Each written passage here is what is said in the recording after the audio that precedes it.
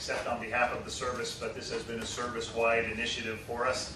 And the team has come together, and sitting beside you there, Ken Weatherall and Shauna have done an excellent job in organizing our team. So on behalf of all of the members, thank you very much for what you do in our community, and we're pleased to be a corporate sponsor in raising money for St. Joe's.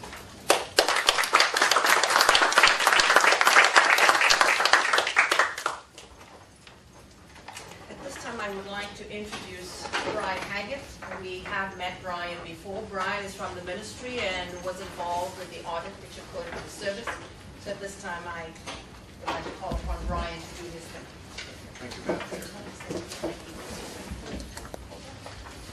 You trust me in that chair? You can have it. Well, Madam Chair, I'd like to just to introduce myself, Brian Haggett. I'm from the ministry. I'm in the Quality Assurance Unit for the External Relations Branch. And what we do, I just want to give a quick overview of what we've done here in the City of Hamilton with the Hamilton Police Service. First of all, for the Ministry of Community Safety and Correctional Services, we're required under the Police Services Act Section 3 to do several things. And a couple of the things we do is we monitor police forces to ensure that adequate and effective police services are provided at the municipal and provincial levels. We also monitor boards and police forces to ensure that they comply with prescribed standards of service. And we also conduct a system of inspections and review of police forces across Ontario. So as you people know, as members of the board, you're responsible for the provision of adequate and effective policing in your municipality. And including in that, you also determine objectives and priorities respecting police services after consultation with the Chief of Police. And the board fulfills one of its governance responsibilities by establishing policies for the effective management of your local police department. And duties of the chief has a lot of duties, as we all know, but he's responsible for the administration and operations of the police force, and he's also for overseeing its operation in accordance with the objectives, priorities, and policies established by the board. That's the chief's job. It also includes developing procedures to address specific policies established by the board, along with additional procedures to address operational needs. He also has to ensure that the members of his police force carry out their duties in accordance with the Police Services Act. So when we come and do our inspections, that's what we're looking at. So our inspection program, where the ministry conducts these inspections and we monitor compliance with legislative and regulatory requirements. Inspections are based on relevant legislation, regulation, and guidelines contained within the ministry's Policing Standards Manual. So all guidelines have been developed in consultation with other police professionals and also with the Association of Chiefs of Police, the Municipalities of Ontario, the Ontario Association of Police Services Boards, Ontario Senior Police Officers Association, and the Ontario Police Association, Toronto Police Services, and there's a whole list of people that are involved. So when we develop these policies and guidelines, it's not done in a vacuum. There's a lot of consultation done. So the guidelines contained in the Policing Standard Manuals are one of the mechanisms used by the ministry to meet the statutory requirements set out in Section 3 of the Police Services Act. So the guidelines are also one of the understanding and implementation of the PSA and its regulations. So it helps the chief set up his procedures. So in particular, what the guidelines do, they set out the ministry's position in relation to policy matters. They provide information and advice respecting the management and operation of police services. And they provide recommendations for local policies, procedures, and programs. So our guidelines are advisory in nature. Boards and chiefs may also consider comparable equivalents and when addressing the compliance with the Act and its regulations. No recommendations will be made if the ministry is satisfied that the equivalent procedure meets the requirement as set out in the guidelines. So that's our program. How do we do the process? So for this year cycle we have now, it's a 2012-2017 inspection cycle. We identify 4 areas of critical provincial interest which support police services in maintaining service excellence and promoting relationships with the ministry's policing partners. The inspections determine the extent to which the board and the chief have incorporated the ministry guidelines into their local policies and procedures, and the actual practices are examined to determine conformity with the board's policies and procedures established by the chief. So the inspection team, what we do is we review the relevant policies and procedures before meeting with the board. So we do that, and we also meet with the chief and the association to provide an overview of our process, and then we come on site. So we actually come on physically to the police service to do our inspection. So the on-site police service records and operational practices are reviewed and the staff are interviewed by members of our inspection team. And the findings are based upon compliance with legislation and regulations, consistency with ministry guidelines, and the effectiveness of organizational processes. So that's what we do when we come down here. And then when we do that, and we look at what's in place in Hamilton, and we'll speak about Hamilton now.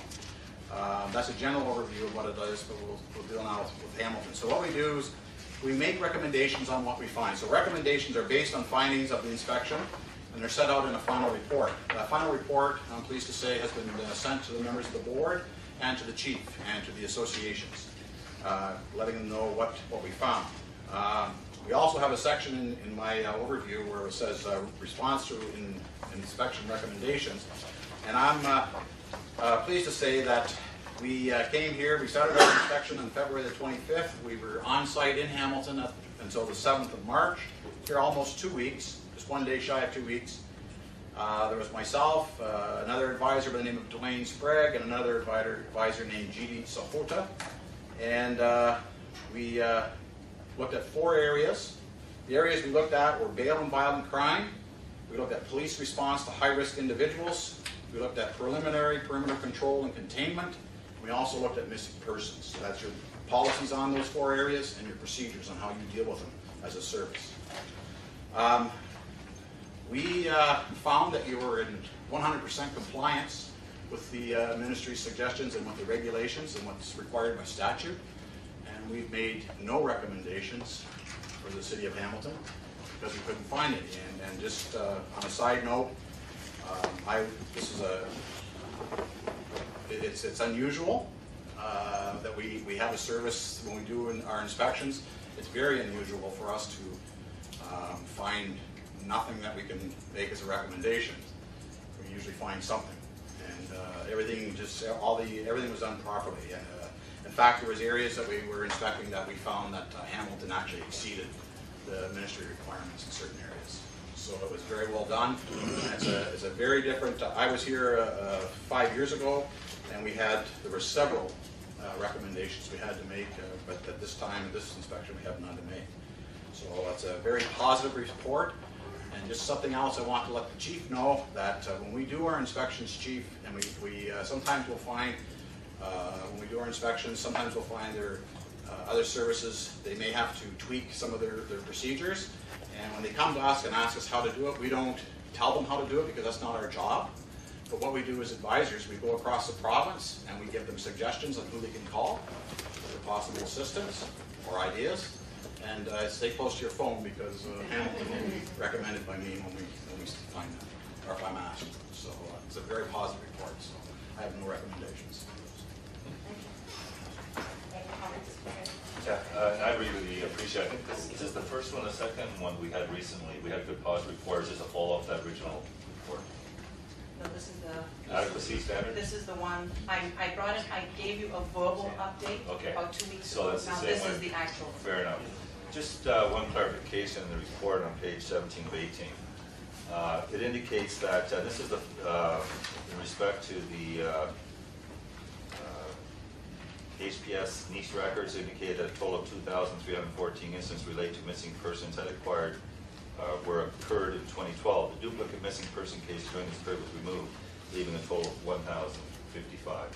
So I just need some understanding or clarification actually. When one number seems to be inflated, the other number is down, and then there's duplication, is that just an administrative issue, or is that a way we're recording?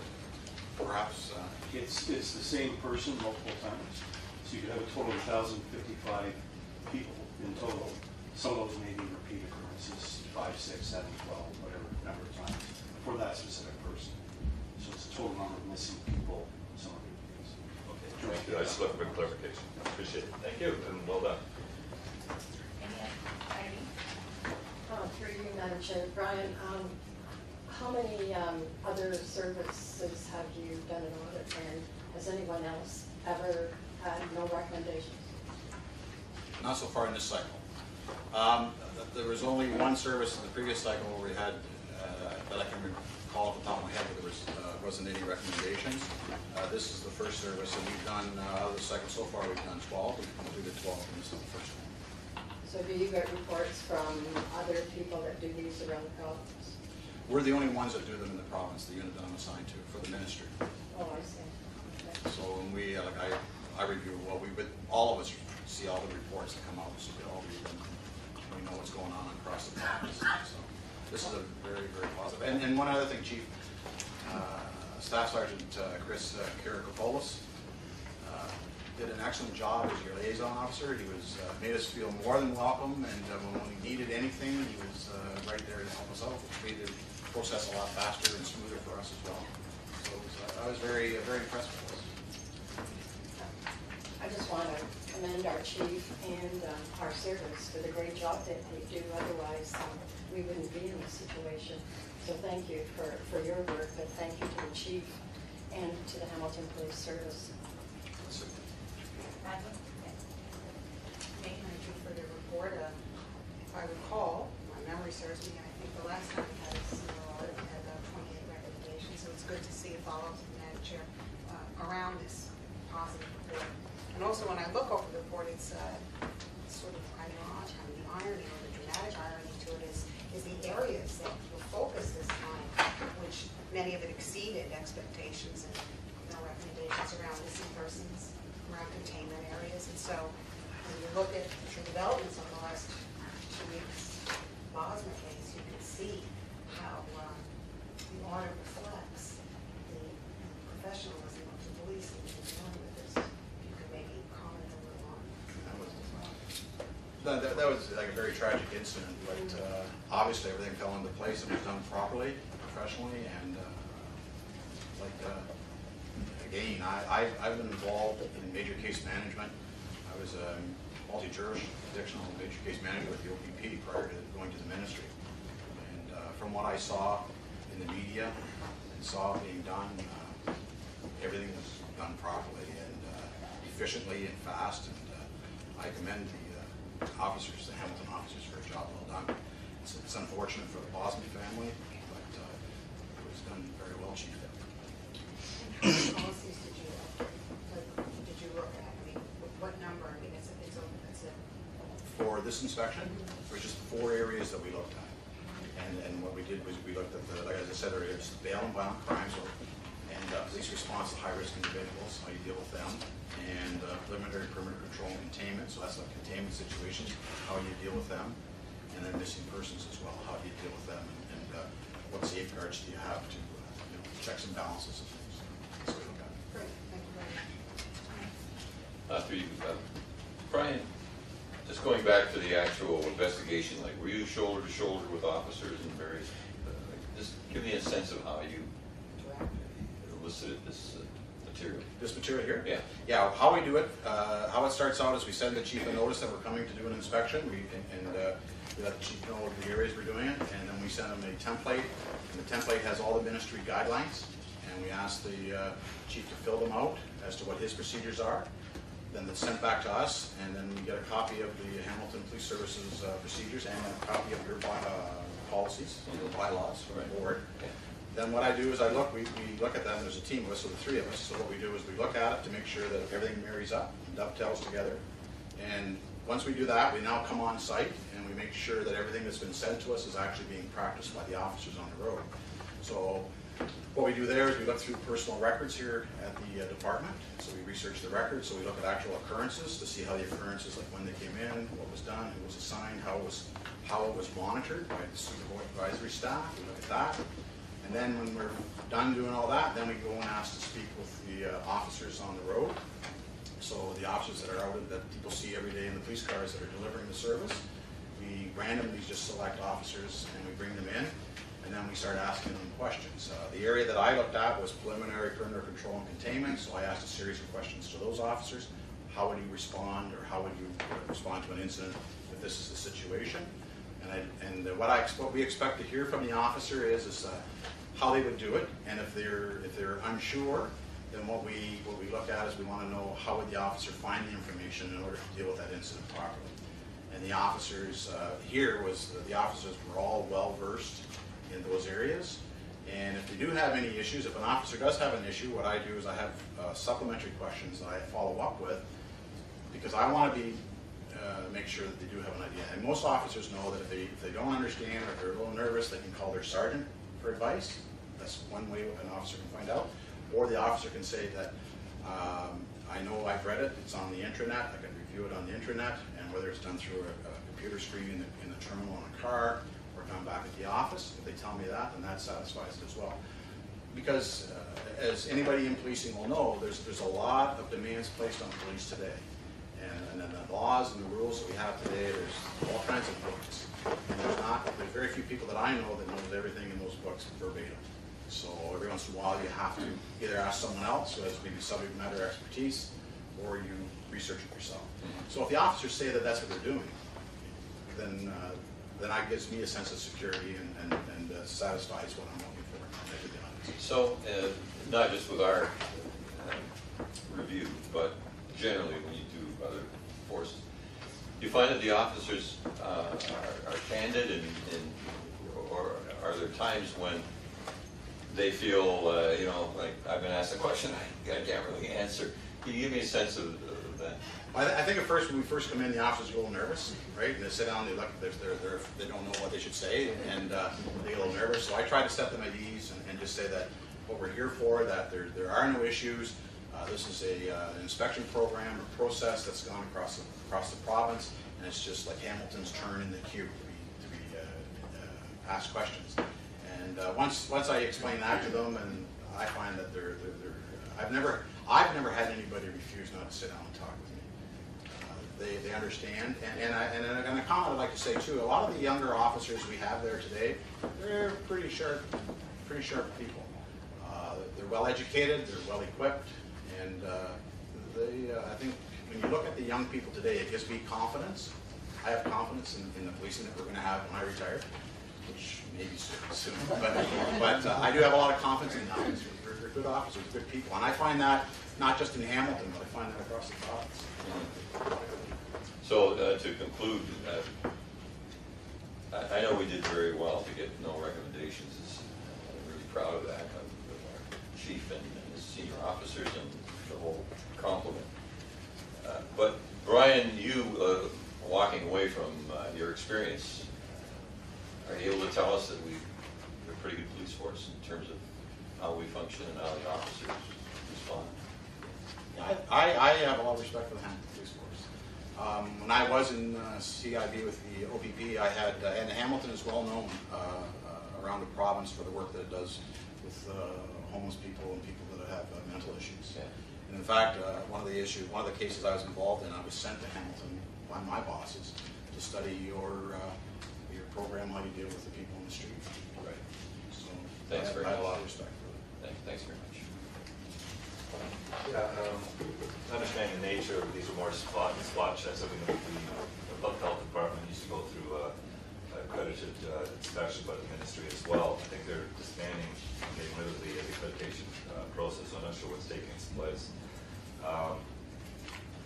I guess the question I had, same thing, guidelines and so forth, and making recommendations. So on these 4 areas of study, have they been studied before with this police services? No, not by the ministry. Thank you. Chair, members of the board, thank you very much, Brian, for the in-depth work that you and your team did, and I want to congratulate you and thank Brian, yourself, Dwayne, and Chidi for the effort that they've put in. The ministry is present in policing to help us to be a better police service, and you have certainly helped us by the work that you have done.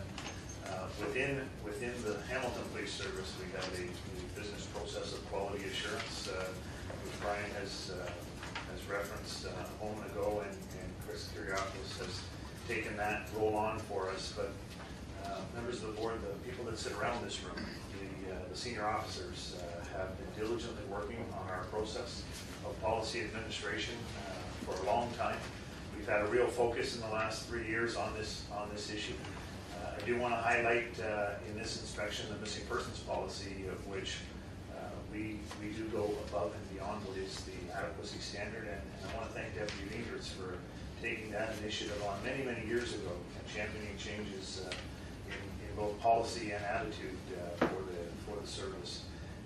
We're focused on delivering excellence, and our history is one of learning. From this audit, we did have discussions about the use of technology, the ability to use technology to help us out in areas like accreditation that Brian is referring to, and checking certifications and verifications to hold job postings. What's more important than having certifications is knowing when the certifications lapse and that additional training is required. So programs need to be written that indicate when people need to have a particular certification, but more importantly, or whether they need to have ongoing training and investment. So we'll be putting effort into the Human Resource Information System, our Time and Resource Management System, and one focused on certification and management as well.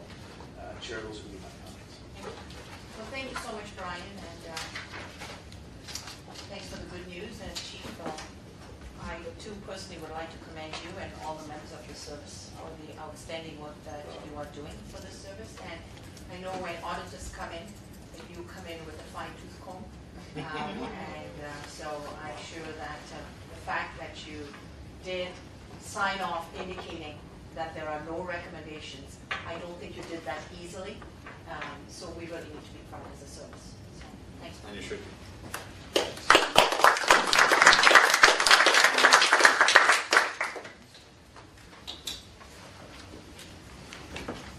Chief, anybody introduce Debbie or does she? I will. The next presentation on the agenda, item 2.2, is crime analysis. And just before Debbie gets into the details of this very important report, I want to recognize the efforts that Debbie and Rita have both put in over a protracted period of time in our crime analysis. A little over 3 years ago, I asked them to do a workload analysis and a review to help guide us in making strategic decisions for the service, and they put forth an incredible level of effort in looking at our information systems and looking at our data and bringing forth recommendations early in the program. And now here we are 3 years later, and it's important that we look back and see that the decisions that were made are in fact sound and have served the needs of this service and have served the needs of this community. So I want to thank you very much for the effort that you have put in helping us guide the strategy. And please, if you would make the presentation. Good afternoon. Madam Chair, members of the Police Services Board, Chief, Deputies, fellow senior officers, ladies and gentlemen. My name is Rita Lee Irvin. I'm the Corporate Planning Manager. The mandate of the Corporate Planning Branch is to serve in an advisory capacity to the Police Service strategic management process. Program evaluation and also workload analysis are some of the projects that we continually conduct on an ongoing basis.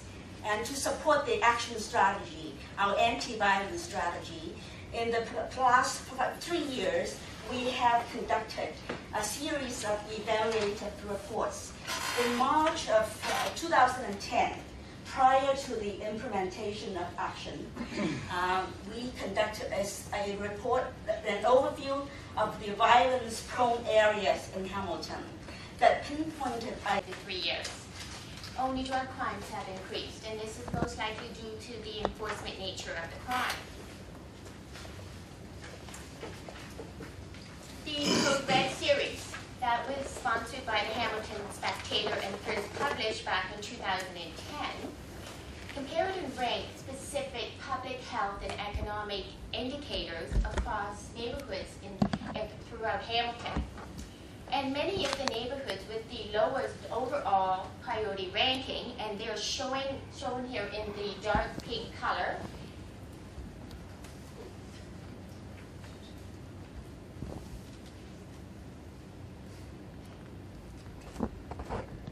I'm sorry, I just checked. Maybe no. It's okay.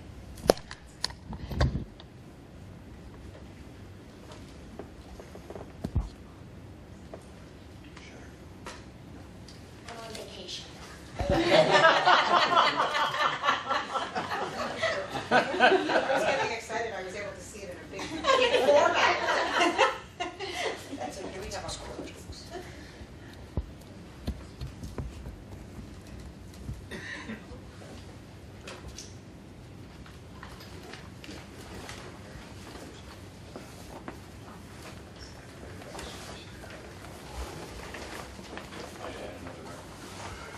Yeah, the technology would be right.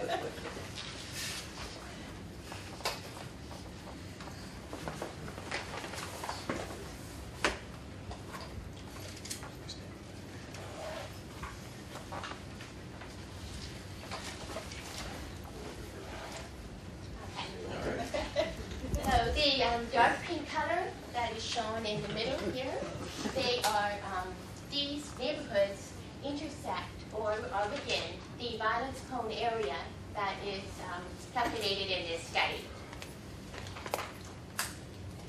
And then in response to the Code Red series, our city identified 12 priority neighborhoods and worked with agencies and groups to develop action strategies to improve the quality of life in these neighborhoods. And 8 of these priority neighborhoods are within or intersect the violence-prone areas identified in this study.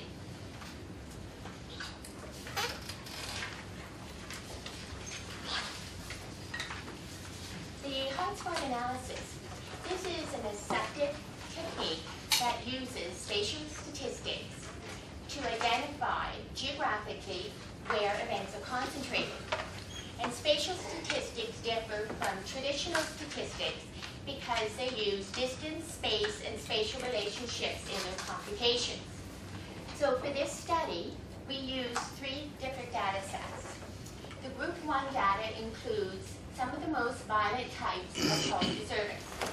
Group 2 includes the assault calls for service, and these are one of the more frequent violent types of calls for service. And robbery incidents were included, and these are the crimes.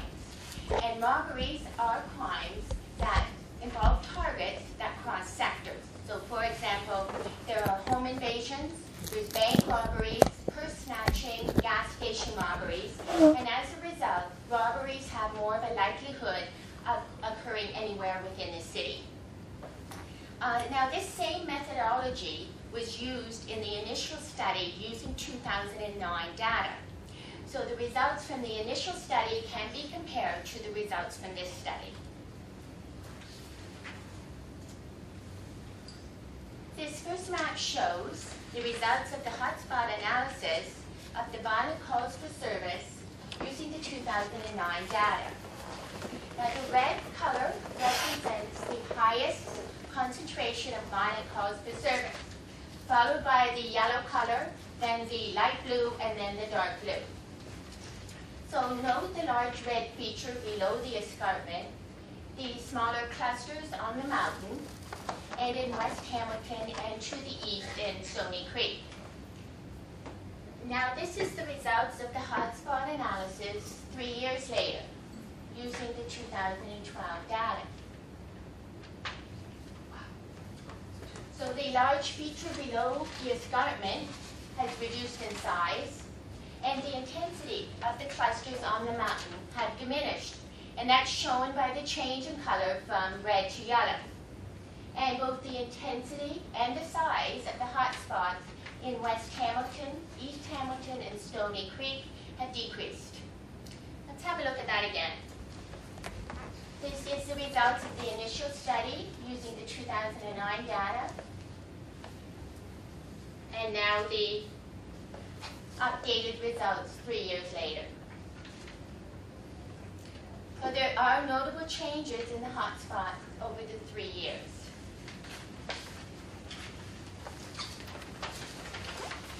This next map shows the hotspot analysis for the assault calls for service using the 2009 data. So again, note the location of the red symbology below the escarpment and the peripheral features on the mountain and in West Hamilton and Stony Creek. And now overlaid is the results of the hotspot analysis using the 2012 data. So again, we're seeing very similar results that we saw with the violent calls for service, and that is the large feature below the escarpment is decreasing, and the peripheral features are decreasing in both size and intensity. Have a look at that again. The results of the initial study, and then now the updated results using 2012 data.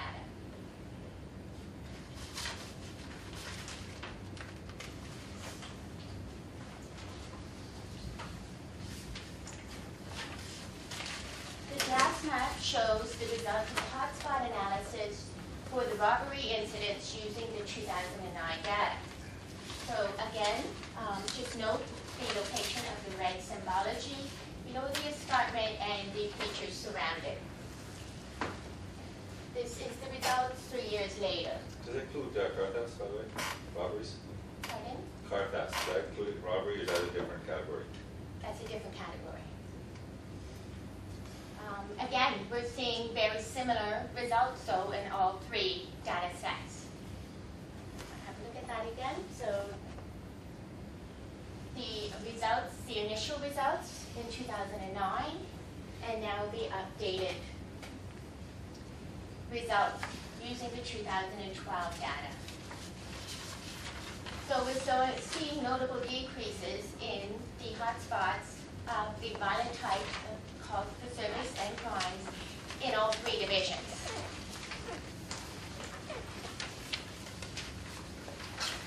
The violence prone areas were identified by overlaying the 3 layers, and the intersection of the areas with the most intense clustering, that's the red symbology, were delineated to create a core area that represents the violence prone area.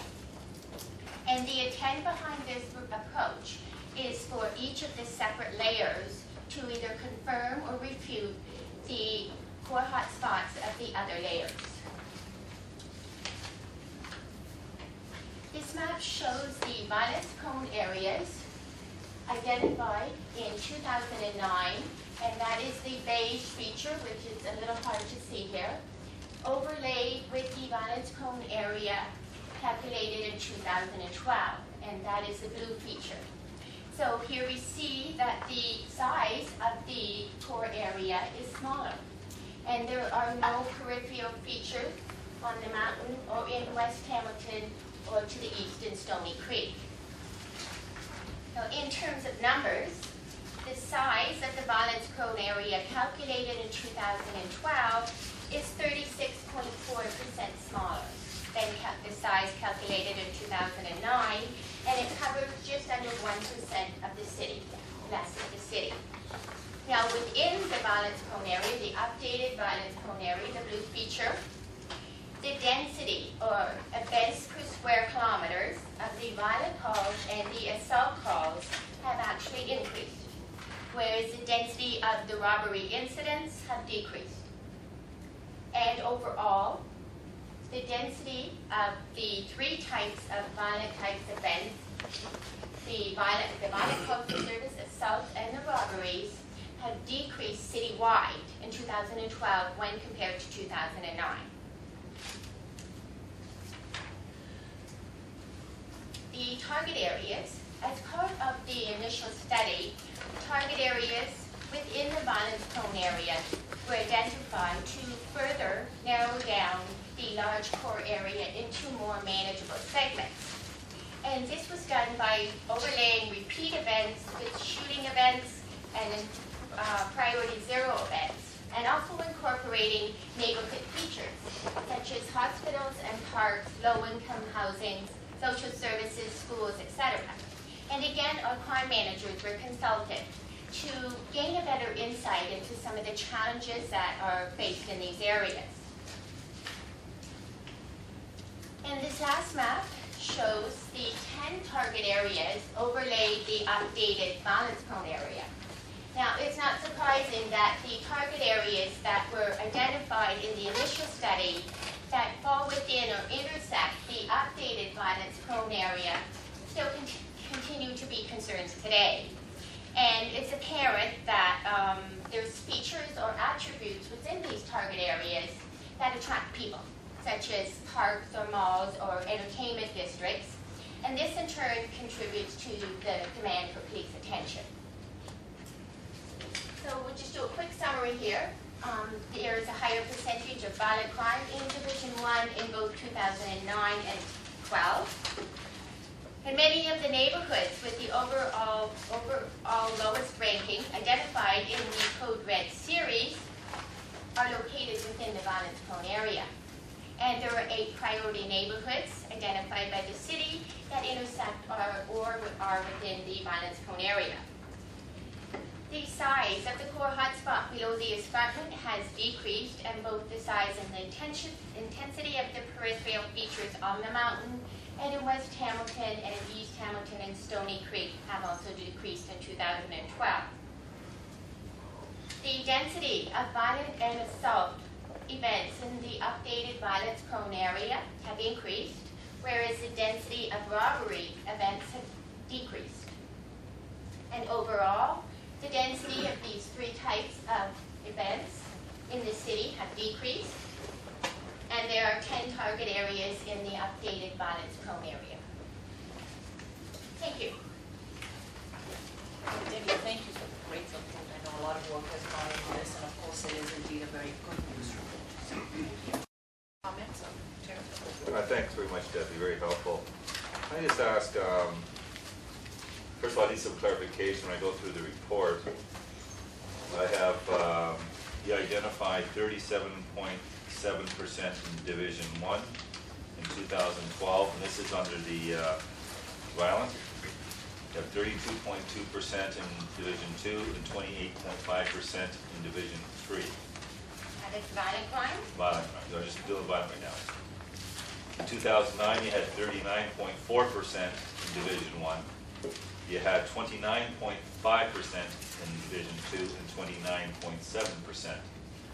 When you look at those numbers, in Division 1 in 2012, or actually 2013, looking back, it's a decrease of 1.7% in Division 1, increase in Division 2 by 2.7%, and a decrease by 1.2% from 2009. Now, what confuses me when I read the report is it indicates that overall, over the past 3 years, violent has decreased by 19.1%, yet the numbers aren't adding up. So can you help me understand that? That's the percentage change, Yeah. right? So the percentage change between 2009 and 12. Okay, so I'm getting a percentage change, because I didn't calculate Yeah, it's percentage. not the difference, it's a percentage change. Okay, but in layman terms, it's only 1.7% difference from That's 2012. not, that's, okay, that's just subtracting the 2 percentages. Correct. But that's not a percentage change. That's not how you calculate a percentage So change. it's how you report it. Well, I just want to make sure that there's different ways of reporting things, and you're using percentage change versus actual differential between 2009 and 2013, because they're 2 different things. This is, Correct? just to correct It this, says percentage change right here in the table. Okay, fair enough. The other question I have is the property crime. You spent a lot of time, wow, and that's what the report was on, so you didn't spend a lot of time on property. You did identify in Division 3 property had actually gone up, but it was high in 2009 as well, higher than the other divisions, so you acknowledge that in the report. And again, the percentage I have is 2.9, but again, it's the methodology you utilize, so I respect that. Now, when I read your, I need to understand on the data collection. So you're saying that you correlate this information based on calls for service and actual occurrences. Is that correct? Calls for service and what? Calls for service and actual occurrences. So, yes, the robberies were the incidents and also calls for service, so 3 different data sets we use. Okay. Is it possible, we talked about duplication earlier, is it possible on those calls for service when you're taking these stats, you can have individuals have several different charges that would fall under the violent category that would be recorded as several different charges in that category? Well, charges are different than Or crimes. call service, whatever. So several different calls for service within the I'm trying to category. understand if there's a chance that you could have an individual that commits a crime gets, I don't know if it's occurrence or whatever you want to call it, but has an occurrence for stabbing, occurrence for violence, assault, like have several culminate in one incident. Of course. And how was that carried? Okay, these stats here, according to Statistics Canada, you only count the most serious crime. So all of those would not be counted. They'd just be counting the most serious crime. Okay, so in this case, the stabbing would be counted, but the assault would not. Right. Okay, I need to understand the methodology. Is there any opportunity through this methodology that there's any duplication in any of the stat gathering that you relied on? No, because each of the layers were looked at separately. So they were not combined, so there cannot be any duplicate counting. Okay, so I'm reading on page 7 that this resulted in a higher degree of observatory analysis versus confirmatory analysis on part of the author for these data sets. So you're identifying some of the, I guess, degrees of error that could happen with this report. Is that? That's basically just instead of listing them all. So it's difficult to keep the scale of the analysis consistent across the study area? Is that another? Well, it's very difficult because of the way the division is structured, the police service is structured. We have something like the downtown core, the Division 1, and then you have the rural areas. And there's no area that's anything like the downtown core. So trying to look at the service as a whole to assess where events are occurring and in what concentration, it's difficult to keep the scale the same. Fair enough. I just want to identify that it's not, I mean, you need to identify where the degrees of error or margin of error could be in this form of assessment, and I just want to make sure I understand it clearly. The other thing that struck me in this report, and is very helpful, is when you show the oversight of the maps. And I know I've had 2 murders, or 1 stabbing, assaults on Mohawk, but I don't see it captured in your red zone. So I'm not sure, is that because there's only 4 or 5 incidents, so that doesn't make the, I'm trying to understand what is the cutoff from the red to the beige. Okay, well, it's not, because we're using space in this computation, the numbers really don't equate to, like, there's 4 more or 5 more or whatever in the red color or not, but it's a range, it's a classification system. So the red would be arranged, the yellow would be arranged, just like any classification system. It's just I can't attribute numbers to it. That makes sense. So if there's no red, doesn't mean that there's no violent crime. No, and that was clear in the report. It just means that it has reduced. Okay. Now, can I help me understand, when I look at the red being reduced in the areas you talked about, those are the areas that do not have the additional officers located. So help me understand, for example, the Mohawk area, other than startup and school ending, we don't have the bonus of the additional officers. And yet, through your data collection and stats, things are much better than they were. You showed that in Stony Creek as well. So I'm trying to understand, and yet in the area where we have all the additional officers, in the heart of the city, in the downtown, you don't see the same impact. There's also added challenges in those areas. So a lot of the vulnerable people live in there, and that adds to the challenges of policing that area. As well, the action team is deployed to different areas. So if it needs to be up at Mohawk College, that's where it goes. So that's probably why we're seeing the diminish in that area, because it's not as highly concentrated. And probably it's never going to ever go away, but we can maybe manage it more, and we are reducing it. So does that answer your question? I appreciate that. And the other highlight that I appreciate you raised in the report, so it's an excellent report, by the way, so I really want to commend you and your whole team, is the fact that, having that senior moment for a sec, in the report you identified that, although you didn't get into festivals, and you did break it down winter and summer, but obviously there are stats that are associated with special events, you already identified Hess Village being an entertainment area, for example, and you might have higher incident rates because of the very location and nature of the activity that takes place there. So there are unique amenities, or whatever the term is, that might draw some of those stats. Is that correct? Yeah, and I think this is what the Community Mobilization Branch, they monitor that more.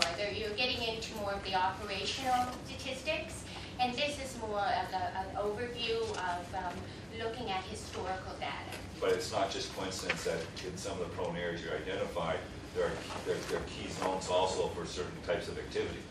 Right. Thank you. That's all the question I have. Any other questions or comments?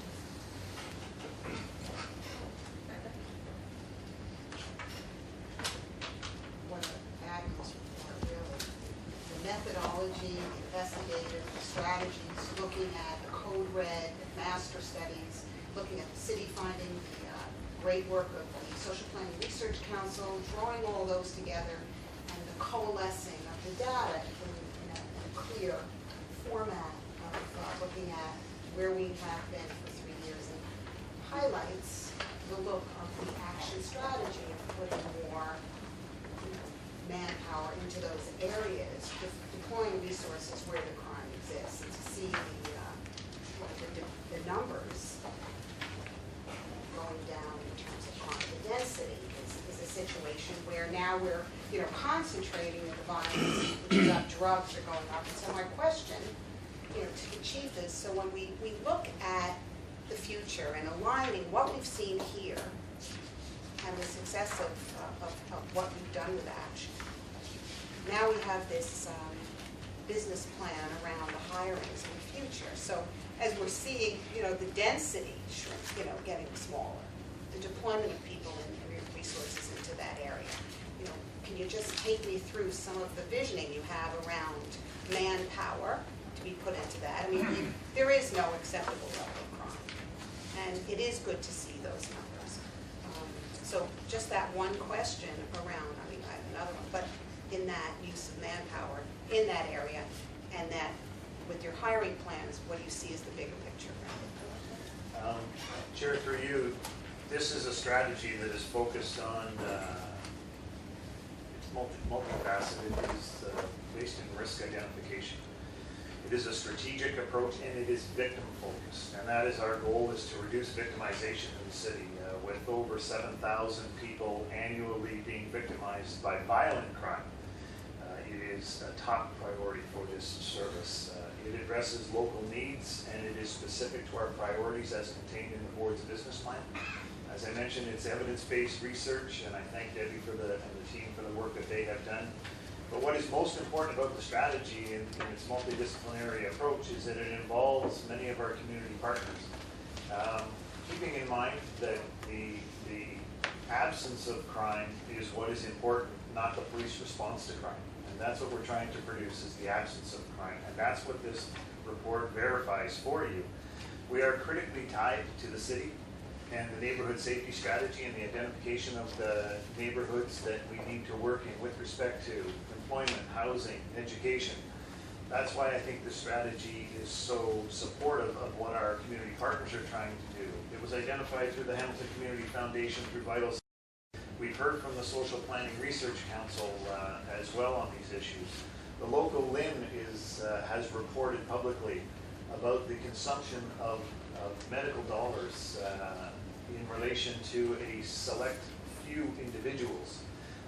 Right now there's a project that's taking place involving the LIN, where 320 people within the central Hamilton area of about 150,000 people are consuming upwards of 60% of the healthcare dollars in the area. Hence our program, the Social Navigator program, where we're trying to put more work in up front to those that suffer vulnerabilities. And vulnerabilities for us, drug and alcohol addiction, mental health, things that put people in contact with the police on a frequent basis. And we're very pleased to partner with our paramedic services and work with Brent Broward to get Pat O'Neill on board to help us with this strategy. So we're going in the right direction. 3 years ago, if you had said to us, well, this is where you're going to be in 3 years, we would sit here and say, yes, that's exactly what we need to have happen in our city. And we have delivered that. And the people that need to be congratulated for delivering that are our frontline people who come to work every day and carry this strategy out. It is a very clear strategy. It has a sense of urgency to it. It has deliverables built within it. It is tied to outcomes measured quantitatively and qualitatively, as you see, based on very thorough crime analysis and surveys with our community. So moving forward on the hiring component, this is what we hire police officers to produce. The areas that they need to be deployed are clearly identified through this type of analysis. Random patrol, looking for crime, does not work. It's extremely expensive. We covered that extensively in our budget discussions. We need to be much more strategic about where we put our police officers. What is very important in this report is we have been acutely aware of the issue of displacement over the last 3 years. Are we just pushing it around? And the answer here clearly is no, we're not. We are seeing elimination of violent crime in these areas. And I think that is a key part of the strategy, keeping in mind that it is not just about the action officers. It's about a very aggressive offender management strategy through the bail compliance unit that takes place not only here centrally, but in every division, where we are seeing about an 89% compliance rate with people who are charged, released by the courts with conditions, and they get visits from our officers. Not only are we visiting the people who are accused of the crimes, but their sureties who sign that they will supervise. We're visiting the sureties to make sure they understand what their obligations are to keep these people out of trouble. We want to give them every opportunity to succeed and be compliant with the laws of Canada, but here in Hamilton.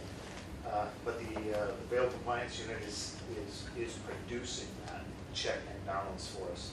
So you combine social navigator, you combine high uniform deployment into the problem areas, you combine our partnerships with our social agencies and with our city. This is a multifaceted strategy, and our part of this is public safety. So moving forward, we will deploy our officers into the area that is identified by crime analysis. Deputy Gert has just finished a project, service-wide, where they have reviewed the shift patterns for our frontline officers, and they have made adjustments into those, working with the Hamilton Police Association, working with our officers to make sure that we're in the right place at the right time to maximize the number of people out there where we need to be. So everyone is contributing. I'm very, very pleased with the results. I'm very encouraged with the people that need to be thanked are our frontline. It's interesting, I have a Master University School. I'm very interested in methodology and how you came to the conclusions around some of these. And I have a McMaster University School of Nursing paper where they discuss in areas that were itemized here, around Crown Point, Weston, and South Sherman, and all of those in this particular report, as well as if you would have looked at Beasley and Janesville, you would see that the main concerns in those areas is around peace. The people are responding to this. The citizens are responding, saying what they want to see is peace, crime, safe streets, graffiti, youth. Look at drugs. So that was Crown Point. You have a question. Same thing. Peace, vandalism, drugs, income disparities. You see in the Barton area now a whole look at problems, and the concentration of crime and health issues, related issues in that area. So it's good to see that we're aligned in that way. Recently, as we know, and I don't want to, I saw an International Association of Chiefs of Police where we were highlighted with the Weber Seaview Board around our addressing crime in your neighborhood action strategy. So that, again, is a model on the international chiefs. I have an article here as well when I did my research around Chicago, looking at enhancing not only taking the broken window strategy, but also implementing a whole new approach to community policing. And the lead article in March 25 is Chicago police put more feet on the street. Their mayor, Rahm Emanuel, has taken it as our mayor. There's no acceptable level of crime. How do we diminish that? We put more field officers. Beat Patrol can't do that as well. So a really thorough report. Thank you. I asked you how many days, hours, weeks it took you to do. You wouldn't in your humble, dedicated professionals, and we thank you for the dedicated hours and hours and being a researcher of the past life, I just commend you for Herculean efforts. Thank you. I guess it was a well-deserved holiday then. Mayor? Thanks, through you. Chief, has anyone been able to quantify the value or the effect of the visible constable on patrol? I know when Peel brought modern policing forward, I think, and my reading of it was that you have an officer with a uniform who's visible to the public, and that creates a positive effect on the street. So, and when I became the Ward 2 councilor, I inherited two very difficult files. One was city housing, and another was the public disorder. Generally, we had shootings on James Street North. Gore Park was a disaster. And there were many empty buildings in the Gore area which were being used for drug places to sell and use drugs. So the biggest difference has been the appearance of the yellow jacketed action officer. And one of the things that I had put in campaign literature was, as Madeline just referred to, more boots on the street, more visible policing. In fact, that was probably the wording, visible policing. So can we, that's the beauty of a report like this, is you can take off in a whole bunch of new directions, but on that one alone, is there a way that police chiefs can assess the value of the visible constable on patrol? One of the biggest challenges that we have is what is the deterrence value of the presence of officers. We do know that the behavior of people changes when the police are visible. We do know that. We have heard members in our community very vocal about having officer presence in a particular area. I think one of the big things that we have done is, once again, through the research that has taken place, we did the survey with Nipissing University on the safety of people and the perception of safety, and the fact that has marginally increased, not marginally, substantially increased between the two surveys that were done. I believe it's 2005, 2009, something like that in the years. The officer presence, the visibility, the surveys of the community. But what I look for is the feedback from the people when you go for a walk downtown, when you go for a walk in the neighborhood, and what they tell you. And the messages that they send us as good news information that comes into the service that we put out for our officers. Walk and look at the businesses. Look at the investment that is coming. That's why I've gone and spoken to the Hamilton Chamber of Commerce. That's why I will be coming over after this report is received here and meeting with the senior management team members of the city to make sure that everybody does understand the importance of that visibility in the neighborhoods and the crime suppression that comes from that. The only problem is we can't actually tell you how many people don't commit a crime because we happen to be there. But that is probably the number one request of us when we go to community meetings. It's about visibility on traffic enforcement and being seen in the neighborhoods. And that's what we have focused on in the last 2 years. Right, thanks. Madam Chair, when the first art crawls began, I was the ward councilman. I was actually asked by a number of businesses along the James Street whether there could be a greater police presence. And that hadn't been factored in yet because the crawl was new and nobody really knew what was going on. But I actually, out of my ward budget, paid for 2 officers to walk up and down, and that's all they did. And they said hello and we stopped in. But everyone commented on the perception of a safer street, just based on that simple thing, which is now, I believe, part of the strategy. So thank you for that. Irene? Okay, good. Through you, Madam Chair. I also want to give my compliments to you for a wonderful report, to you and your staff. But one thing that stood out for me was the drug crime increase. And I know you say in your report that it's due to the enforcement nature, but could you just explain that a little more? Oh, sure. Usually, the service will target drug crimes.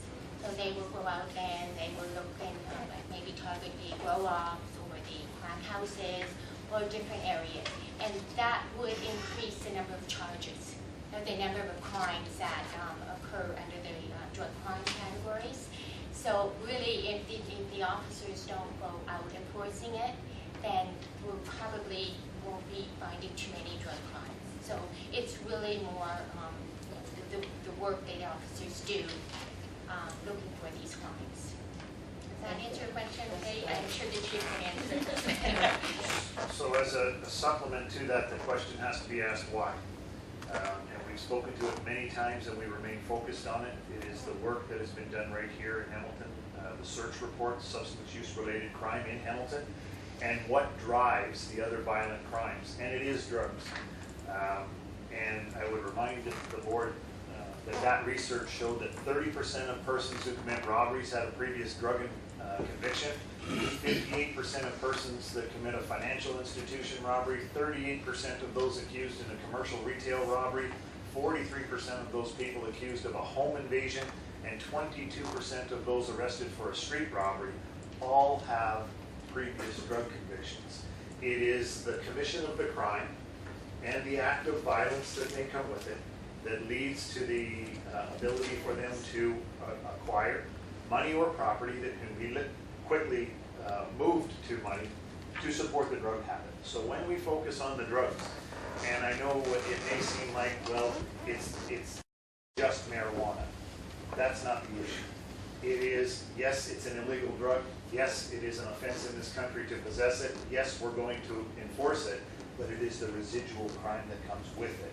And that's why we focus on those charges, and that's why we're going to continue that drug enforcement, because we can see the impact through this analysis of what happens with respect to victimization and additional crime. So on that, Chief, since you indicated to us that drugs undoubtedly seems to be the root of many evils, from your experiences in being involved with the arrests of individuals involved with drugs, are these individuals residents of Hamilton, or are these individuals bringing the drugs in from somewhere else, doing their business here, and then leaving? I don't have that answer readily available for you. There is certainly an effort that has been put forward by Vice and Drugs with respect to grow operations and that type of activity that we've seen in the media lately. I would have to do more research to look at that transport component, keeping in mind exactly where we're located in transportation of drugs coming across the border, transportation of drugs as a hub from Hamilton moving into Toronto. All of that is part of the issues that we're confronted with. But I can certainly come back and give you a better analysis of the actual apprehensions in that area. Thank you. Yeah, just a couple comments. Policing is about all things, not just violent crime, and quality of life is the key component for all those that pay money for police services, so I don't want to lose focus of that. What's not in this report, quite frankly, and my understanding it's gone up, is car theft on the mountain. It's not in these stats. Property has been identified here in our clusters on the mountain that I've been informed that are higher than it has been in the past. So there are areas of hotspots in different areas, not necessarily violent crime. And the other concern I have about violent crime is because I'm not clear exactly, because I've been told when I was on the autism panel for Province of Ontario, we looked at a lot of stats. That stats could be twisted and turned and interpreted in so many different ways, and it's how you ask the question and how the stats, because that's why I'm always critical about the stats. So I need to clearly understand that we're dealing with the real stuff and not, and the quality of the information is important so that you can come to a conclusion. I heard comment, Madam Chair, that this is conclusive that the strategy is working, and yet I see a red spot where we have more officers per capita than anywhere in the country in our downtown, and yet that's still a red cluster. And I heard some of the rationale why it's a difficult area, and I understand and appreciate that. But again, other areas that don't have that kind of attention, by the way, in that report also shows that it's dissipated. So clearly that tells me something a little different. It might tell me that there's other environmental or other type of experiences that are taking place, whether it's economy or some of the strategies the city's embarked on. For example, you look at Beasley and Keith neighborhood and all those red, code red areas, we put a pretty significant investment in the city manager's office through Paul Johnson, and working with those neighborhoods, because it's not just the police are trying to capture those neighborhoods, it's the community. And there's nothing better and more stronger than you bring the community together and they work as a collaborative to create quality of life in those communities. I think that's one of the significant impacts in regards to crime over the last number of years, is that people are taking communities back in these crime zone areas. And I believe that we have heard that we in Hamilton are really blessed as a city in that policing is not left as a silo, and it's because of the partnerships in the city that we are able to achieve what we do. Just as a comment for historical purposes, we were working in those particular neighborhoods back in early 2000, specifically with Paul Johnson and also with David Derbyshire for community development work. So this isn't new to the service. In fact, it dates back to the implementation of the Neighborhood Safety Project, and specifically in those neighborhoods, through the work of the Community Foundation at the time, it was funding those neighborhood development workers to do work in that area, which precipitated the Crowell report in conjunction with Steve Bust and his work through the Community Foundation. We've had a long association since inception of the Neighborhood Safety Project. So we are complimentary to the work being done in these neighborhoods, and I specifically sat on a number of committees with Paul Johnson as we argued basically through the police service to have neighborhood development work done. Obviously, the city took that on through the development of Paul's position. And we also worked with Chris Murray, who sat on the Hamilton Neighborhood Development Strategy Committee back in around 2004 and 5. So we definitely support that work, and we see that it is in conjunction with community partners, and it does in fact date back to the early 2000s. Well, thank you. Thank you again, Debbie, and Rita, you too, for being here this afternoon. Can I have a motion, please, to approve the crime analysis report? Kearney and Samir, thank you. Any declarations of interest? Can we have a motion to approve the consent items? Irene? Just on the agenda, is it time to amend the agenda, or is it better to do it at the end? I'm not sure your process here. Would you like to amend something? Is there Well, I something? have a question. There was a report that regarding a leasing arrangement that went to council and to committee. GIC was discussed and was sent back. I don't see it on So the would you like agenda. to wait until we get to the minutes? Because I believe it's in the minutes of the last meeting. I don't think so, Madam Chair. I believe it was discussed at the last meeting that there should be, sorry, 5.2 of the minutes, because it was discussed. Yeah, okay, so I'll be Yeah. raising that from the minutes. Yes. Thank you. So do we have an approval of the consent items? Irene and Mayor, thank you. Okay, adoption of the minutes.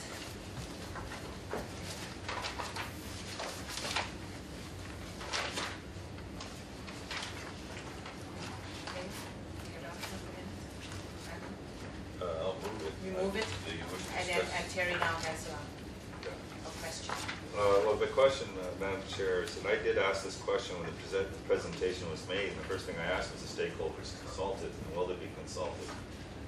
Subsequent to that question being asked, I was surprised at GIC, I think just a week ago, that the two ward councillors, Councillor Jackson and Councillor DeBell, were not consulted. The BIA wasn't consulted, and they are very angry because I guess the history, when the Wellington station closed, Councillor Jackson was explaining that to me this afternoon, there was a commitment, because they're going further south with the new station on Rhinal, that we would have a presence of one station for the 150,000 plus population on the mountain, a volunteer station, a satellite station that would be located in concession. And that was the agreement then.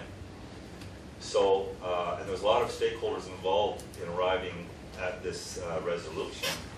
And so, albeit a decision was made on financial, for financial reasons, what seems to be taking place is that we're putting priority for one, taking one out of Center Mall and putting it on Barton Street. It appears, at least it appears, I'm not suggesting that's the case, but it's coming at the expense of the volunteer community station on Concession Street on the mountain. And again, I want to reiterate the history and the amount of stakeholders involved in engaging to ensure that there was a presence of a volunteer community center on the mountain. The only one is 3 downtown, Madam Chair. There's none on the mountain that this closes. So obviously it's very concerning for the ward councillors. They asked me to certainly vigorously argue the point this afternoon and see if we could get a reconsideration, or at least understand the process as we go forward, and ensuring that the BIAs, the commercial business in that location, and the 2 ward councillors are consulted before any ink is on paper and the deal's not. So can I ask that question, is how's the process go from here? Yes, Chief. Chair, through you, going back to the minutes of the last meeting, the report was provided to the board regarding the contractual obligations for the Center Mall Crime Prevention Center relocation for the move to Barton Street.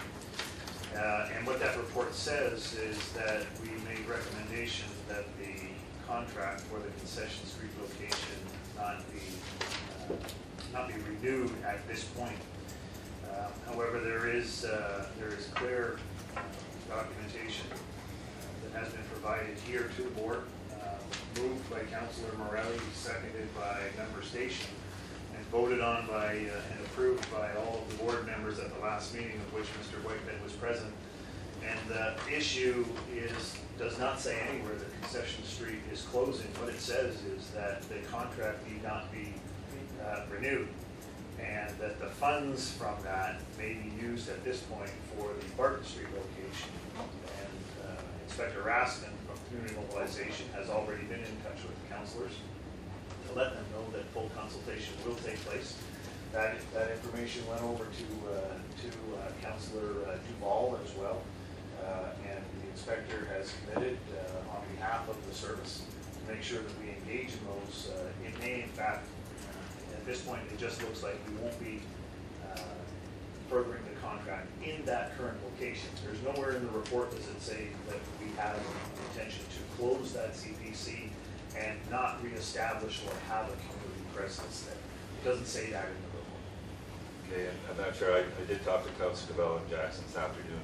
Councillor Duval indicated that he had to initiate the conversation. There was no proactive initiation by the police service to contact him or Tom in regards to what the process is going forward and what the intent is in Concession Street. And that, in fact, was their bona fide concern. And as the chief rightly indicated, I voted for this because I didn't understand the closing, but I also understood that there was going to be a commitment to consult with the stakeholders around that area.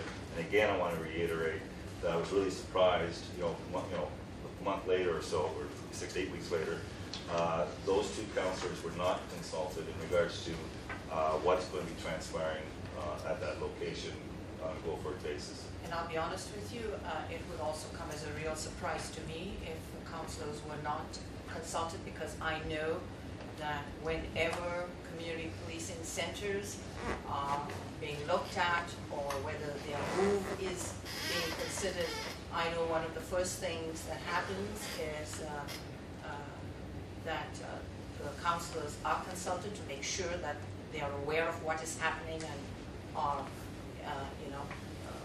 supportive of what is happening. So I have to say that I would be very surprised. I would be surprised as to why then this consultation didn't take place, if that's what we are being told around the state. Yeah, I'll be clear, Madam Chair, in the report it does say that they won't be renewing the lease, the contract, they currently concession, and that they would be utilizing those dollars to go to the Barton deal. And if you or any other person that reads this report, I don't think you would be able to draw any other conclusion. I mean, I'm glad the chief is clarifying it, but certainly if you read the report, it doesn't sound like they're going to maintain that particular station being opened, and I think that is a concern. And if there was a commitment that process or that decision has been rendered, it's great to have that clarification now.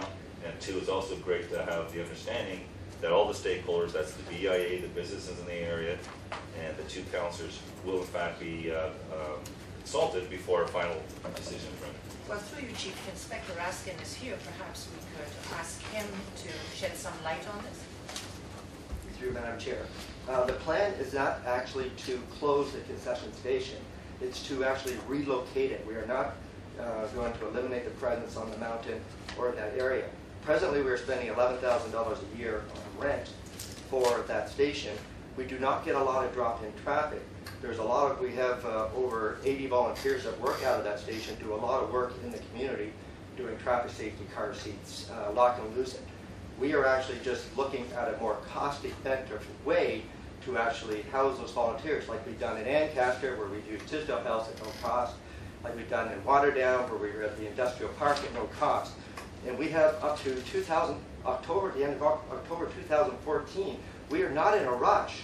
And this is why we started to work with the stakeholders now, say where do we want to go in a year? Where can we actually physically locate our volunteers that doesn't provide a $11,000 rent cost for an area that, you know, is probably, we've actually even outgrown the area for what our volunteers need. So like I said, we are not in a rush. We have a lot of good plans, but we need to work with everybody before starting now so we are properly prepared what we can have our volunteers use and what will match the needs of visibility, match the needs of volunteers, and match the needs of the community. So this conversation has occurred then with the council, has it? Yes, I made a commitment to Councillor Duvall that, you know, we're not, this is where we want to go in the end of 2014, and we're going to work with them. Just another question. Councillor Bell also asked me to ask this question, and I'm glad you got Mr. Askin up to remind me. How is it that we're trying to utilize that model, which is great and commendable, to save $11,000 a year and look for another site that might be free, and yet we're committing $25,000 or $23,000 for the Barton Street rental when we're not applying the same principle on that location, and that's concerning to those councillors as well. Through you, Madam Chair, the Barton Street location is a little different than a community policing center. It is a crime prevention center. In the Barton Street location, we will have all the state-of-the-art crime prevention cameras and car stuff that people can actually come in and see. It's also a training center where we can bring in BIA members or business members and public to talk about public or personal safety, robbery prevention. It's more than just, and plus we also have our volunteers. We have over 125 volunteers working out of that area, doing, again, car seats, traffic, red light runners, lock and lose it. So it is a multifaceted location that does more than just a volunteer base. It also is a crime prevention center. And that's actually, we started one in concession. The rent was what we're going to be tripling. We found another area at a lower square footage that gives us more ability to enhance the crime prevention center. And I think it's great that he's clarified it for the record. Thank you, Madam Chair.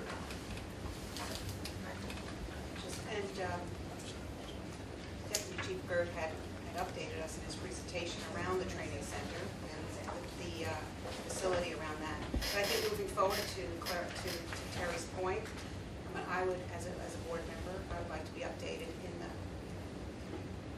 moving forward around, you know, what's going to be happening to replace that or look at another for that, to make sure that the councilors in that area are involved in that. Thank you. All in favor of the approval of consent items? Thank you. Discussion agenda 5.1. Chief? Chair and members of the board, this report is a request for your financial support to the Hamilton Police Service in relation to a member that is receiving both a provincial and an international award. Susan Double is the head of our Victim Services branch as the administrator, and she has recently won the Civilian Award of Achievement. It is a very significant, outstanding achievement for her. Victim Services branch provide direction and counseling and consultation to many victims of crime. She is responsible for recruitment, training, and supervision of over 80 volunteers, focused very much on supporting people that are involved with human trafficking cases, families of homicides, and a tremendous amount of work has been done through her leadership with suicide prevention through the Community Council of Hamilton. And for us, a huge benefit to our members and direct training for them has been She has been a leader in providing safe talk and assist training, which is mechanisms for us as call takers downstairs in communications and to our frontline officers to intervene in suicide prevention. And while receiving the Ontario Women in Law Enforcement Award, it was also announced that she has won the International Association of Women in Policing Award, and that award will be handed out in September in South Africa. Any questions or comments? Can we have a motion to approve? Irene, Terry, all in favor? Thank you. Any new business? Chief? Chair, I have three separate items of new business for the board. First of all, the last time that we met was April the 15th. And as the board meeting took place, and we went about our business, our colleagues in Boston were dealing with the explosion of two bombs which took place near the finish line of the Boston Marathon. And I want to offer the condolences of the men and women of the Hamilton Police Service to the victims, to the injured, to their families, as we remember Martin Richard and Crystal Campbell, Lou Lindsay, and the MIT police officer Sean Collier. We were witness to an outstanding immediate response by the police, the fire, and the paramedics, the race officials, and citizens to provide care, comfort, and support to all of the victims. The days of the investigation that followed was nothing short of miraculous as the city was engulfed in fear. The Boston police and supporting agencies worked tirelessly to alleviate that chaos and panic, and it was the police that replaced the fear and the chaos with the order and restored the community's sense of public safety. We congratulate the Boston police because what we know is that while they were doing their job, they were in fact protecting the citizens of Hamilton. And we are thankful for their effort because it has been reported that there were at least 6 Hamiltonians that were involved in the race, and they were joined there in Boston by their family and by their friends. And I am in fact told that one of our citizens crossed the finish line just a mere 3 minutes ahead of the actual explosion. So we thank the first responders and the people of Boston for in fact looking after our citizens that were in that city at a time of crisis, and we congratulate the Boston police and law enforcement agencies for their response, for their investigation, and the conclusion of that matter within their city.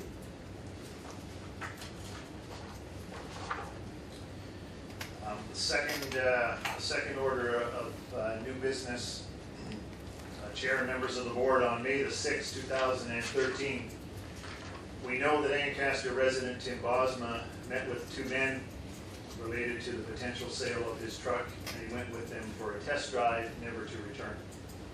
The service commenced an immediate investigation, and those have been very widely reported in the media and across this country. We know that an arrest has been made and that the investigation is continuing. Today, my comments are about the people. They are not about the law, they are not about the process, nor are they about the procedure, but about the people of this great community of Hamilton. My office has received messages of support, offers of help from people that didn't even know what it is that they wanted to do, but they knew that they wanted to do something. I have had many citizens reach out and tell me just how proud they are of the Hamilton Police Service and the work of our organization. Mayor Bertina, in his leadership of this city, reached out to my office and was one of the very first people to call and offer support to the family and support to the members of this service, because he knew exactly what it was that we were going through as a service as we tried to find Tim. And I applaud the mayor for his active and engaged leadership. And I'm also informed that Councillor Ferguson did reach out to the family to support them as well. I must tell you how proud I am of everyone in this service, as I got to see firsthand the dedicated professional investigation on the case, the order of magnitude which has not been seen. Our community grieves with the Bosma family, and we saw so many people support Charlene and the entire family through their search efforts, through social media contributions, through flowers, and through their mere presence. I must comment on our support from our Victim Services branch. This is why we have an award-winning support program here in Hamilton, and this is in fact a best practice model in our province. Finally, our investigators have been simply amazing, dedicated and committed, and shining examples of the core values of this service. This is an amazing community made up of very strong and resilient people, and that resiliency will continue to be shown as we work on this case, and we will work for many days, many months, and many years. This great community can heal, and we can heal by continuing to send tips to the tip line, and we can continue to heal by helping the investigators through Crime Stoppers tips. But we can also help Charlene and her daughter with donations that have been arranged through the TD Bank. And in the true spirit of Sir Robert Peel's principles, the police are the public and the public are the police, we together are solving this, and we together as a community, we now speak for Tim Bosma. So let his voice be heard by all of us.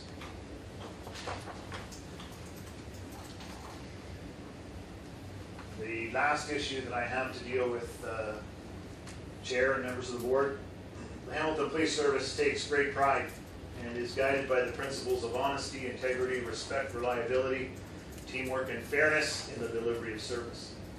And as police officers, we respect the provisions of the Police Services Act, and we, in fact, as officers, are bound by a code of conduct. Likewise, members of this board are also bound by the provisions of the Police Services Act and are governed by their own independent code of conduct. The board exercises its role in oversight and governance focused on objectives, priorities, and policies, which are then made operational through the authority of the Office of the Chief. And this governance is critical to our success, is long established in law within the province of Ontario. As a service, we respect critical questions and the scrutiny that come from this board. Dialogue, analysis, and discussion are the actionable exercise of due diligence as authorized within the Police Services Act. The board represents the community, and we together pursue excellence in policing for our citizens. In order for you to succeed as a board, and for us in turn to succeed as a service, we must be able to rely upon the information coming to this table, and we must have absolute faith that the information is accurate, factual, and honestly presented. The last board meeting held on April the 15th, 2013 was live streamed. It was recorded as part of our commitment to an open and public process from the board. That recording remains available today. At that meeting, Councillor Whitehead made a verbal address to this board and provided public commentary related to the value of our action officers. It was at that meeting on April the 15th that Councillor Whitehead stated that he wishes to introduce these two photos. And to quote him, introduce these two pictures, Madam Chair, as he held up the photographs that you see before you. Councillor Whitehead said that this is 45 minutes time-lapsed in referring to the two photos. While holding those photos out as evidence before the board, he clearly indicated that officers depicted remained at this location for approximately 45 minutes, and he challenged the value of that deployment decision. Councillor Whitehead advised this board that the officers remaining at this location were, quote, witnessed by several individuals, including myself. Those are his words. When asked when the photos were taken, Councillor Whitehead said, again, quote, yesterday, which would have meant that those photos were taken on Sunday, April the 14th, 2013. In response to the commentary of Councillor Whitehead, I asked for copies of the photographs in order that we conduct a very thorough review of the deployment of our officers. We treat this matter very seriously. The comments of Councillor Whitehead clearly indicated to this board and portrayed to the public that the councillor believed the deployment of the officers in this manner reflected an inappropriate deployment of officers, the wrongful use of our resources, and a waste of time and money. His comments clearly depicted the Hamilton Police Service in a negative manner to this board and, more importantly, to the public. We listened very carefully, as each of you did. What makes the board process work is that we each listen, we give serious consideration to the submissions of others, and we then use the information obtained at this table to guide us in our decisions to help make a better community. This board can only carry out its responsibilities, and the service can only respond appropriately when we can rely on the accuracy of the comments that are presented at this table. So after reviewing this matter, I can advise the board that what Councillor Whitehead presented to this board on Monday, April the 15th, 2013 was not accurate. Councillor Whitehead's remarks were made in public, and on behalf of the service and its members, I am compelled to ensure that the public record is correct. Councillor Whitehead said that this incident occurred yesterday, meaning the day before April 15th board meeting. This statement meant that the photos were taken on Sunday, April the 14th, 2013. He further said that this is a 45-minute time lapse, suggesting that the photos were taken 45 minutes apart. Councillor Whitehead said that this was witnessed by several individuals, including himself. In fact, these two photographs that we have before us, they were taken on April the 9th and not on April the 14th. In fact, these two photographs were taken not 45 minutes apart, but they were taken 9 seconds apart. We know these two photographs now are taken by Lena, and I believe it is Lena Sadik, who works in your office. In fact, Councillor Whitehead informed this board that he was present on Sunday, April 14th when the photos were taken, and now we know that it is not even clear if he was present on April the 9th. The comments of Councillor Whitehead show a wanton and reckless disregard for the accuracy of information being presented to this board. When such unverified and inaccurate information is presented in this manner, it serves to mislead the community and to undermine the public's confidence in the police service, that we require the public's approval and we respect the public's opinion. So what Councillor Whitehead has attempted to paint a picture for the public, that there is a crisis of wrongful use of police resources, a crisis of misaligned crime prevention strategy, or a crisis of inappropriate deployment, all resulting in wasted taxpayers' dollars. In fact, what has occurred here is a crisis of credibility. The manner in which this information was presented to this board by the councillor was a reckless attempt to play a game of gotcha with the police service. Given that this information was presented without warning, during the public portion of the board, I would suggest that there's even a greater obligation to make sure that the information is factual. Any board member would know that the service would need time to review such a matter and to provide a response to this board. While this process takes place, the public now is left with the impression that the information has been accurate, and clearly it is not. I'm left to wonder why the councillor would not advise us in advance of any concern so that we could verify the information, we could address your concern, and we could respond appropriately if necessary at this table. In fact, the inappropriate manner in which the councillor has brought this inaccurate information forward to the board has required the needless expenditure of time and effort by the police staff that could have been better served in serving this community. I have, in fact, reviewed the deployment of the officers, and I have found that they were deployed properly. I have found that they were assigned to a specific patrol area and were within that assigned area. They were performing legally authorized and required duties related to traffic enforcement, and they were in compliance with the direction of their supervisors. Their high visibility presence alone contributes to the safety of the public, and we've discussed that on another issue at this board meeting already. So, ladies and gentlemen of the board, these are now the facts. In my view, it is of great importance that the public record be kept correct and accurate. In 1829, Sir Robert Peel enunciated the principles of law enforcement, and one of those principles states that the ability of the police to perform their duties is dependent upon the public approval of police existence, their actions, their behavior, and the ability of the police to secure and maintain the public respect.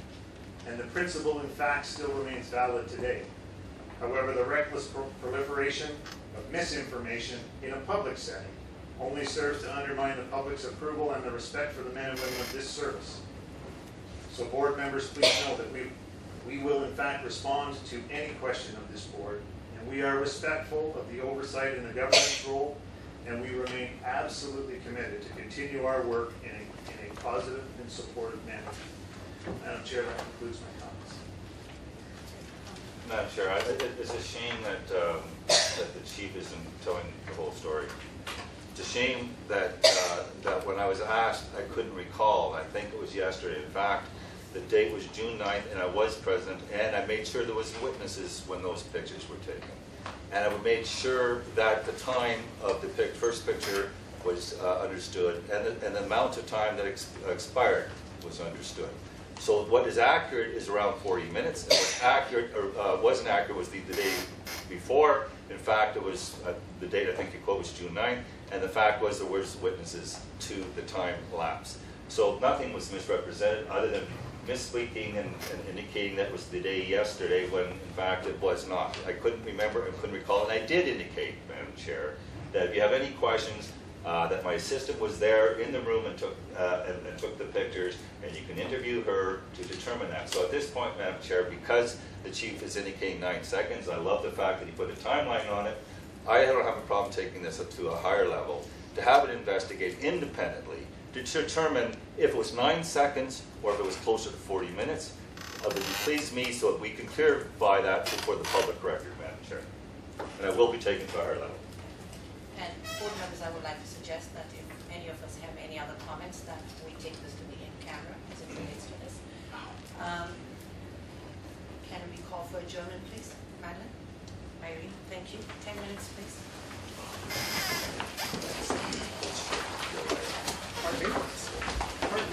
You're not telling the truth. You're not telling the truth.